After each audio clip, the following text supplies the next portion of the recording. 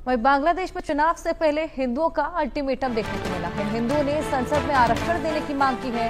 आरक्षण न मिलने पर चुनाव से दूरी बनाने की चेतावनी दी थी। बांग्लादेश की राजधानी ढाका में हिंदुओं की वार्निंग, संसद में आरक्षण दो नहीं तो चुनाव का बहिष्कार करेंगे। बांग्लादेश में अल्पसंख्यक हिंदू समुदाय ने साफ शब्दों में ऐलान कर दिया कि जब तक उन्हें संसद में आरक्षित सीटें और अलग चुनाव व्यवस्था नहीं मिलती तब तक वो किसी भी राष्ट्रीय चुनाव में हिस्सा नहीं लेंगे।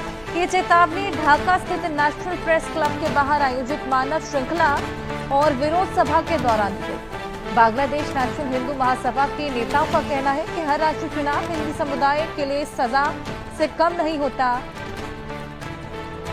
आइए इसी पर और जानकारी लें। हमारे साथ हमारे सहयोगी रैनिक दत्ता जुड़ गए हैं। रैनिक, चुनावों की काफी समय से मांग चल रही थी, चुनावों की तारीखों का ऐलान भी हो गया है, लेकिन हिंदू अल्पसंख्यक जो कि खासा परेशानियां झेलते हुए आए हैं, जिनको काफी टॉर्चर किया गया, अब वो अपनी मांगों पर अड़िग हो गए हैं। क्या कुछ मांगे?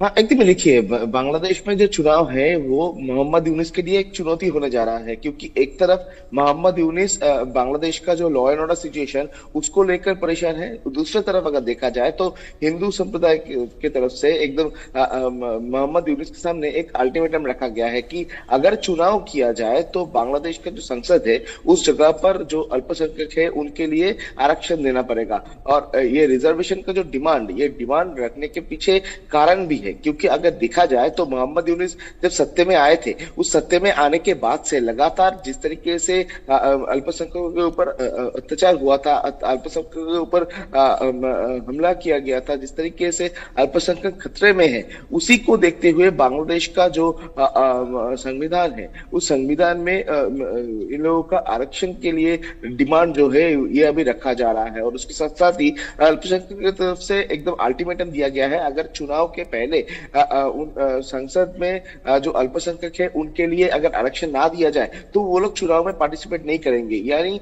बांग्लादेश में चुनाव को लेकर फिर से एक बार अल्टीमेटम जो है वो मोहम्मद यूनिस के सामने रखा गया है। दूसरी तरफ अगर देखा जाए तो मोहम्मद यूनिस जो है वो पहले ही ऐलान कर दिया गया था कि अप्रैल महीने में चुनाव होने वाला है, मगर अप्रैल महीने में चुनाव को लेकर जो चुनौती मोहम्मद यूनिस के सामने है उसमें सबसे महत्वपूर्ण है बांग्लादेश में जो लॉ एंड ऑर्डर सिचुएशन उसको किस तरीके से कंट्रोल किया जाए। क्योंकि बांग्लादेश का जो परिस्थिति है उस परिस्थिति में साफ साफ देखने को मिल रहा है कि जो लॉ एंड ऑर्डर सिचुएशन वो सही तरीके से नहीं चल रहा है। और लॉ एंड ऑर्डर सिचुएशन को लेकर जब सवाल उठ रहा है, ठीक उसी टाइम पर दूसरा जो पॉलिटिकल पार्टीज है, बीएनपी हो या छात्र संगठन के नया